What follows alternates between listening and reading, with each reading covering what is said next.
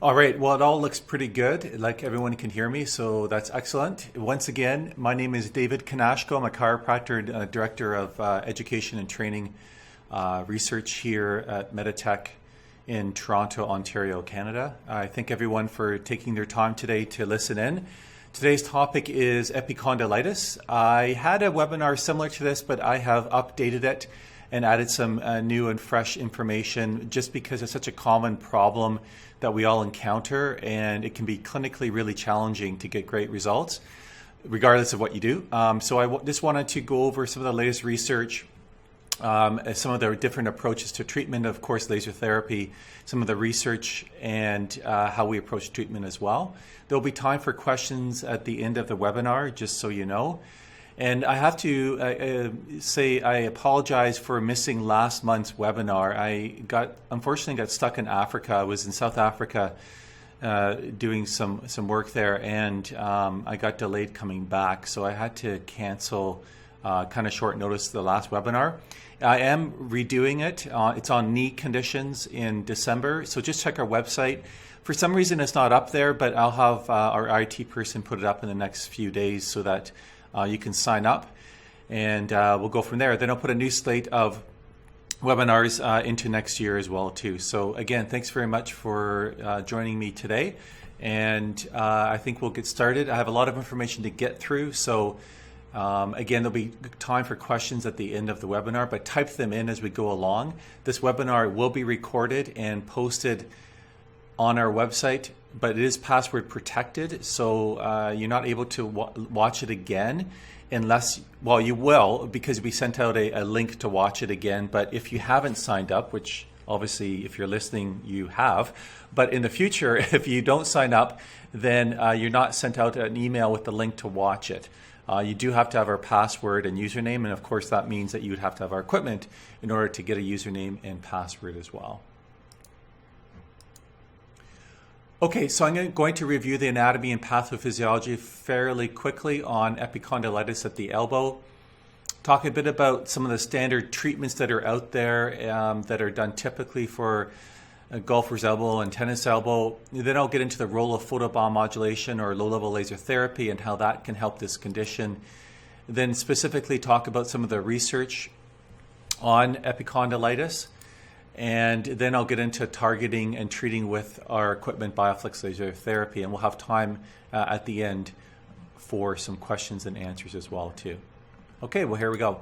So of course, anatomy-wise, we all are familiar with the lateral epicondyle and the extensor muscles. I want to point out though that when you look at the common extensor tendons and the different muscles, you can see how they attach at the epicondyle, but also notice that the extensor carpi radialis longus also attaches and originates a little bit higher up, proximal to the epicondyle. So in fact, when patients sometimes have pain, like I saw a patient today and I've been treating for a while, most of her pain is actually a little proximal to the actual epicondyle itself. So this is a common area where you'll see pain with this type of condition. And of course, on the opposite side, on the medial side, we have the medial epicondyle and the wrist flexor muscles and the common tendon and insertion origin of these muscles as well. As far as pathogenesis goes, previously this condition was always referred to as a tendinitis. But really, now we really understand it more histopathologically as a non-inflammatory condition. So there are very few inflammatory cells. It's more, oftentimes it's considered to be more of a tendinosis, and I'm going to talk a bit about the differences between tendinosis and tendinitis as well. So we're really referring to more of a degenerative process. You'll see this kind of condition most commonly in people that are a little bit older, in the 30s, 40s, 50s, and 60s and so forth, as opposed to very young people. If you do see it in young people, it's usually a tendinitis kind of scenario. So there are very well-defined histological stages of tendinosis, and it essentially has to do with repetitive microtrauma. In the first stage, this is more of an acute inflammatory response. So this is where we see it more or less being referred to as a tendinitis. It tends to resolve a little bit faster and is an acute kind of scenario where the patient's done something and they complain almost immediately or the next day of redness and a bit of swelling and acute tenderness. However, if there is sustained micro trauma, so just think of repetitive use, that kind of thing, this leads to a concentration of fibroblasts and vascular hyperplasia and disorganized collagen. This leads to more of a tendinosis scenario, and this is the most common stage at which patients present themselves for treatment. Oftentimes they've had lingering elbow pain, they put it aside, and they wait until it starts to get worse and worse and worse. And then they finally come in, and they're usually in this sort of stage 2 scenario. As it progresses, especially if they don't get treatment, there's an accumulation of pathological changes. This may lead, in fact, to failure of the tendon, so tearing, even complete rupture, depending on the scenario. And then in the very end stages, excuse me, this is where the tendon exhibits quite serious types of injury. It's associated with significant fibrosing, even calcification, a fair amount of disorganized type 3 or immature loose collagen, and even getting hard osseous calcification. This is quite late in the scenario, so this is someone that has undergone this type of problem for many years and haven't really had it addressed properly. We call the anatomy of a tendon. This isn't just the tendon at the elbow. This is any tendon. We know that there are tendon fibroblasts or tenocytes or tenocytes within the tendon itself. Embedded within the tendon, of course, are mature collagen fibers that are lined in a parallel fashion. That's what gives a tendon the integrity and the strength. Tenocytes, or these fibroblasts, they actually communicate via gap junctions. This is really important because the ability to communicate allows these cells to actually respond to tension and mechanical stress. So when you mechanically load a tendon, it actually stimulates protein synthesis by tugging at the cytoskeleton that actually sends a signal to the nucleus of the fibroblasts or these tenocytes. And this releases biochemical signals that increase gene expression and lead to the secretion of collagen and other types of protein, especially for repair. So definition-wise, tendinopathy is defined as a clinical syndrome. So you typically will have pain, obviously, swelling usually, and some degree of functional impairment. Don't forget to check hand grip strength so you can get a measure of how they're doing with hand grip. Tendinosis, as I mentioned earlier, is one of the most common degenerative non-inflammatory processes, and it's characterized with disorganized collagen structure. Whereas a tendinitis tends to be a little bit rarer. That's because it's more of an acute kind of injury process as opposed to a buildup of chronic repetitive overuse. And it's a true inflammatory process. So you have micro tearing and acute inflammation, and that's due to an overloaded tendon. So this is where you're lifting something really heavy or doing something where you actually cause some micro tearing or even partial tearing. Pathophysiology-wise, if you look at the time to recovery, if a patient presents an early presentation of a tendinosis, it's considered that it takes a significant period of time to heal, 6 to 10 weeks even. In the case of an acute presentation of tendinitis, an early presentation, then this resolves much quicker in a matter of days to even a couple of weeks or so. Now, this is early presentation, and unfortunately, a lot of patients don't present this way. They tend to present in chronic mode, and this is where the patient, needs to be given the bad news that it's going to take months and months and months to resolve if it's a tendinosis. If it's a tendinitis and they're coming in, after a week or two or a few weeks and it's still acutely inflamed, oftentimes this will take another 3, 4, 5, 6 weeks to resolve completely. So you need to be realistic with your patient and need to understand what you're dealing with, whether it's a tendinitis or tendinosis, in order to give a very decent prognosis for this patient. Conservative therapy obviously is geared towards collagen synthesis in tendinosis, so repair. And in a tendinitis, you want to get the inflammation down. So oftentimes you'll see anti-inflammatory modalities and drugs and so forth. And that's sort of what is typical conservative therapies aimed at. So age is commonly associated with increased prevalence of degenerative changes, no kidding. And this will, of course, lead to decreased cellularity, increased glycosaminoglycan content, and lack of fiber organization. So the aging tendon loses its elastic properties, and this causes the muscle to have to work more, and this leads to more subsequent tendon changes. So this is why we tend to see this type of scenario in patients that are in their 40s and 50s and older. In tendinosis, the symptoms are usually intermittent pain related to exercises or activity. Oftentimes there's stiffness, especially upon weight bearing. So when they're doing different things with their arm and their wrists, especially after prolonged immobility. So they wake up in the morning and their arm and their elbow feels stiff and tight. Oftentimes there's stiffness and pain at the beginning of exercise, and this usually loosens up and feels a bit better as they exercise, so they tend to kind of push through it. However, as tendinosis worsens, they've had it for weeks or months now, then you may see a progression from pain that is starting to feel at the towards the end of the exercise session, even throughout the duration of the activity as well. That's when you know things are getting a lot worse, and it's more of a chronic scenario. Microscopically, if you look at tendinosis, there's immature type 3 collagen fibers, increased ground substance. There's all sorts of haphazard vascularization. So this is not a good thing in this case.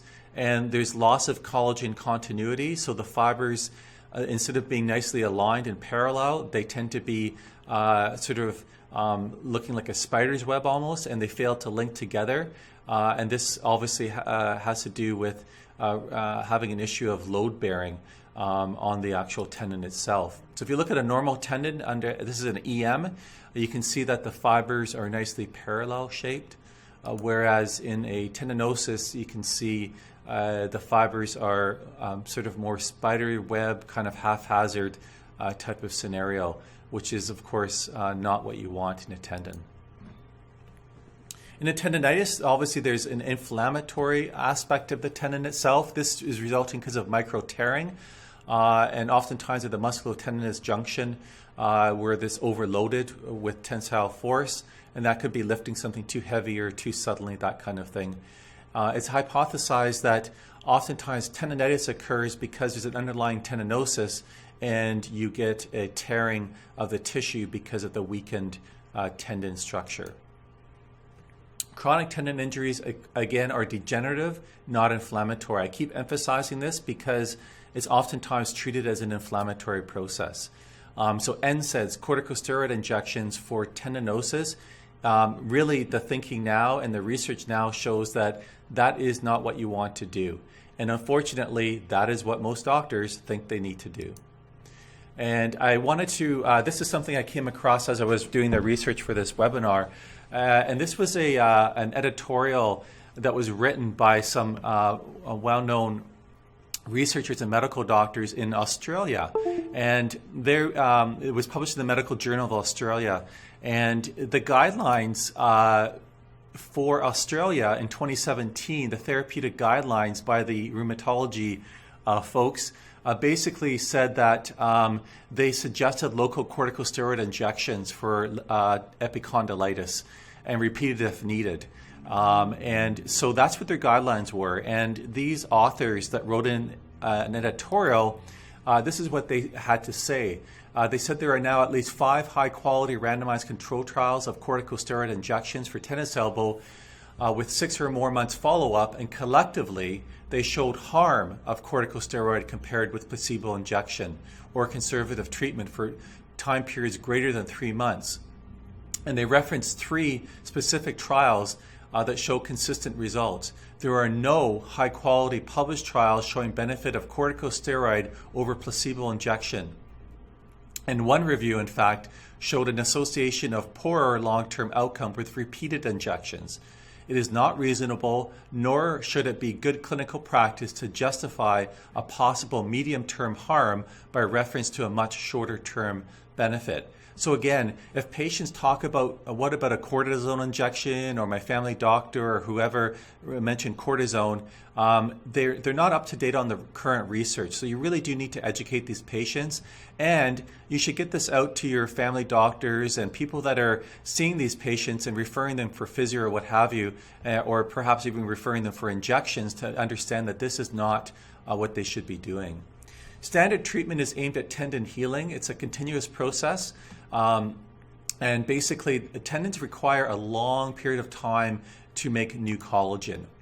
And this concept basically is because of the analogy of Wolff's Law, which states that tension on maturing granulation tissue may lead to the development of preferential direction of collagen in fiber. So this is where exercises and different types of techniques are very important for helping alignment of the collagen structure. Standard treatment oftentimes is considering with deep tissue massage, trigger point therapy.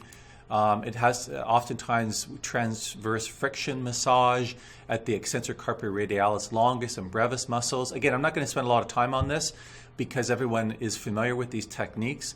By the way, the reference to that quote above from those medical doctors and this information is right here, the Medical Journal of Australia 2017. If anyone's interested in the paper, just email me and I'll send that out to you guys.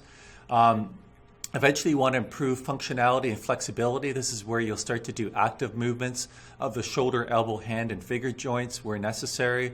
Stretching exercises with isometric contraction are oftentimes brought in. Don't forget to treat the antagonist muscles as well. And everyday introduction of stretching. You want to prevent overuse, posture correction. These are all things that you need to address with your patient. And the final phase of standard treatment involves muscle trophic training to optimize functionality, so muscle strengthening, eccentric loading exercises, and concentric movement exercises. Again, the idea here is I'm not going to go over all the details of this. Many of you are aware of this, and if not, there's some great papers, including this one, that goes over what you should be doing as well. The role of laser therapy really has to do with improving collagen fiber organization. It helps to increase the synthesis of type 1 collagen due to tenocyte proliferation. It can downregulate MMP, or matrix metalloproteinase activity, that degrades matrix proteins.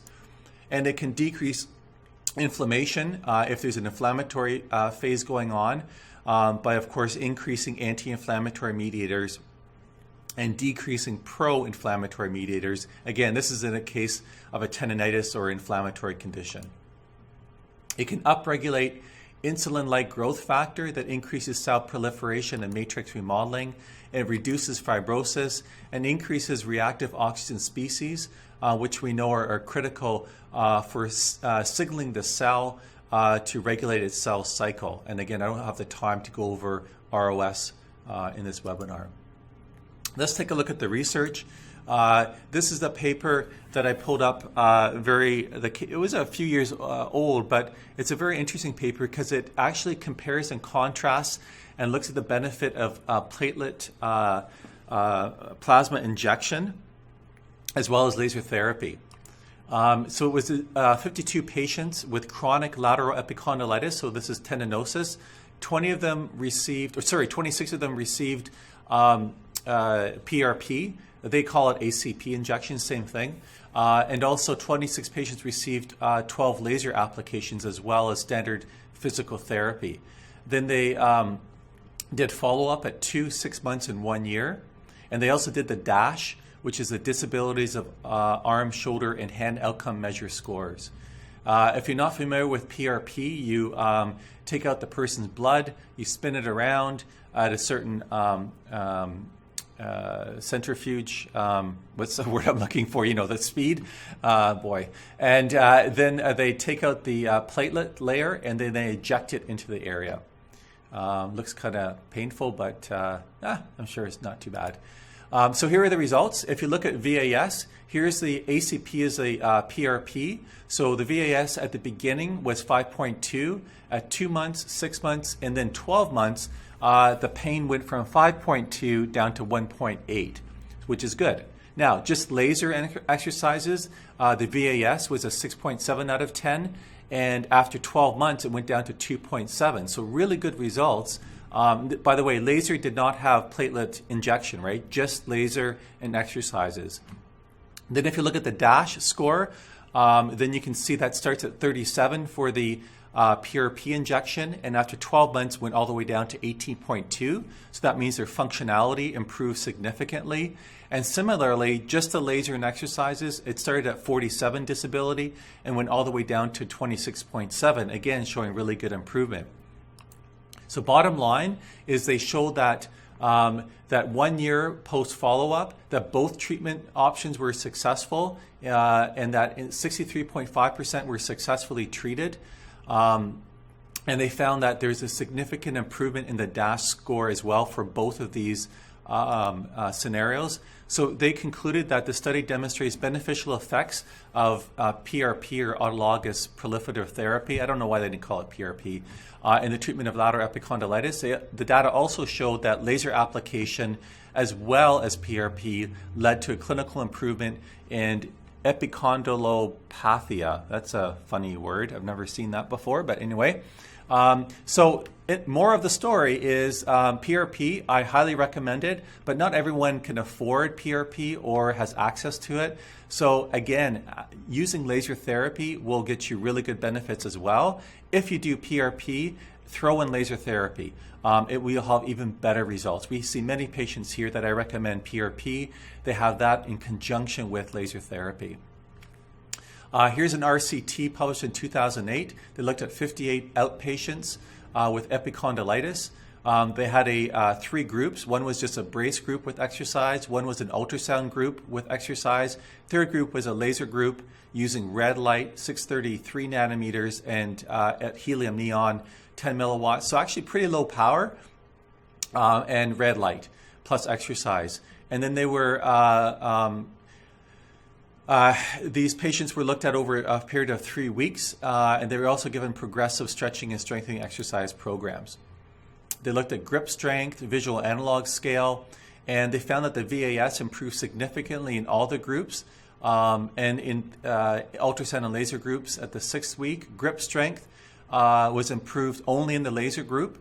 So overall, they found that there was beneficial results with all of them, but laser therapy had the best outcome with respect to both VAS and improving grip strength. So end of the day, why would you choose, just doing ultrasound or just doing bracing when in fact laser therapy along with standard treatment will give you the best result? Another paper looked at treatment of 324 patients, so a much larger randomized control trial, using 830, so near infrared, 120 milliwatts, along with red light, 632, 10 milliwatts. And they treated both trigger points and tender points, 3 to 5 treatments per week, 6 to 24 sessions in a multi-center or multi-centric discipline clinic. They looked at VAS, McGill's Pain Questionnaire, patient's diary, grip strength measurement, and the results they found was that there was total relief of pain and improved functional ability was achieved in 82% of acute and 66% of chronic cases. So really good results. Now, there are some clinical guidelines on this. The British Medical Journal put out guidelines in 2009. It's getting a little bit old, but I checked just the other day and they don't have this updated. And basically, when they looked at treating tennis elbow, they actually looked at certain types of therapies like extracorporeal shock wave, acupuncture, orthotics manipulation, and so forth. Essentially, they at this time anyhow, they didn't really have any conclusive guidelines on these types of treatments because there wasn't enough evidence to show that it really was helpful. With respect to laser therapy, yes, of course, right? It was likely to be beneficial. So they said that low-level laser therapy was potentially beneficial for short-term pain relief and improvement of function as well. Excuse me. Okay, so how do we approach treatment? With respect to BioFlex, We want to wrap the array. Remember, these arrays are high-powered superluminous diodes. They're not lasers. They're meant to treat the blood, the white blood cells, and the stem cells around the area. This is something that you won't achieve just by using a laser probe or a very short, quick treatment using laser shower heads. This is one of the ways that we differentiate treatment at BioFlex here, is that we add these arrays over the area. They're on the tissue for 6-10 minutes or so. We may even put them around the musculature as well, if that makes sense, if there's trigger points and other issues there. The laser probe is targeted towards the actual tissue damage, and that you'll know where to go based on palpation, based on trigger points and so forth. The protocols, depending on if it's an acute or a chronic scenario. An acute or tendonitis scenario, the stage 1 for the dual array, so that's 660 nanometers. It's a continuous wave for 8 minutes. The second stage is, of course, the second step is the dual infrared. Similarly, in this case, you're going to actually have it on for pulsed mode or modulated at a fairly low frequency of 10 hertz and a fairly low duty cycle. That's because this is an acute inflammation scenario, so you want to start off really slow. I get continuously annoyed when I see stuff on the internet, and I have to say I sent a little email today to a manufacturer that was really proud of the fact that they have a peak power of 20 watts for their device. Anyone that has any rudimentary understanding of watts and lasers is 20 watts would burn a hole through the CN tower. Why would you want 20 watts of power? It's completely contradictory to what photobiomodulation is about. It used to be called low-level laser therapy. It's now called photobiomodulation. The definition is clear by the experts in every paper that you want to use something that doesn't cause heat, right? So 500 milliwatts is a threshold. You don't want to use anything greater than that. In fact, you want to probably use 200-300 milliwatts or less, because you don't want to have heat going on. If you have 20 watts of heat, peak power, super pulse is peak power, but regardless, it's the average power that counts. And the average power is what people need to know. Clinicians need to understand that when they're applying this type of therapy to get good results. Okay, I will finish my rant and move on. So the final step of stage 1 is using the laser probe. We set that to 40%. 5 minutes guideline to treat the trigger points, the tendons, that kind of thing. I'll talk a bit more about this as we go along. Now, in the case of a tendinosis scenario, this is where we change the protocol up a bit. Use our tendinosis protocol specifically where we want to use red, again, for 8 minutes and a continuous mode. Now, for infrared, notice that for a tendinosis condition, when we pulse it out, we're going to have a slightly higher stimulatory frequency of 20 hertz. The duty cycle is significantly higher at 70%. Again, more of a chronic scenario, which is why we have a higher amount of energy density in our treatment regime. And then when it comes to the probe, again, we have the probe set at 40%, again, for about 5 minutes or so. So a bit of a difference there, approach-wise, whether it's an acute scenario or more of a chronic scenario. Okay. Now, as far as using the probe goes, make sure the probe is at 90 degrees or perpendicular to the surface to minimize reflection and depress it into the tissue, allowing for deeper absorption. The probe itself should be held anywhere from 5-8 seconds, maybe longer, depending on the size of the muscle you're treating or the tendon. We go over all these details in our training here in Toronto. Once you treat all the points, you can actually return to myofascial trigger points and treat them several times. If you have a red probe, we suggest you use that as well. It's very beneficial, as the research indicates, especially for pain. Try to treat these patients 3 or 4 days consecutively, if at all possible, then 3 times a week or every second day thereabouts, until you start to see fairly good improvement. And then you can get down to once or twice a week. The treatment plan will vary, but if it's a chronic condition, you're looking at 12 to 24 treatments. For an acute tendonitis, remember this is a little bit rarer, that might be 6 to 12 sessions over 2 to 3 weeks. Don't forget to address potential underlying causes of the problem, repetitive overuse or sports. You want to make sure that the patients are properly following your advice and guidelines. Okay, so our next training, well, actually we have one tomorrow, so if you want to join us, it's not too late. You can join us, so you can register and show up tomorrow. But more than likely, you might be more interested in December. That's on December the 13th on Friday and Saturday. And our new schedule for 2020 will be coming up the next week or two on our website. Please go to bioflexlaser.com/events. And you can see everything that we're offering. We'll be doing a masterclass in April, and we're bringing in, that's too bad. We're bringing in quite a renowned neurologist from South Africa, Dr. Ashley Banjan, and he's been using our equipment now for over a year on neurological conditions like post-stroke recovery, Alzheimer's, concussions, you name it. If it has to do with nerves, he's been getting incredible, amazing results, and he's been a huge advocate. He uses it in his hospital setting in Durban, South Africa, and he's a phenomenal lecturer. He'll be doing several lectures at our masterclass. I'll have the details posted in the next week or two, so just keep checking our website if you have a chance to. Upcoming webinar is on laser therapy for knee conditions. That's the one I had to cancel last month. It's on December the 12th. Again, I think for some reason it's not up on our website, but I'm going to make sure that gets back on there so you can register as well.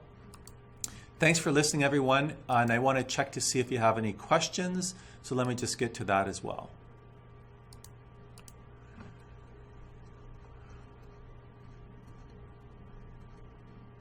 Okay, wow, how unusual. No questions at all for me today. Hopefully everyone could hear me. Okay, so thanks very much for joining me today, and I look forward to listening and hearing from you all next month. Take care.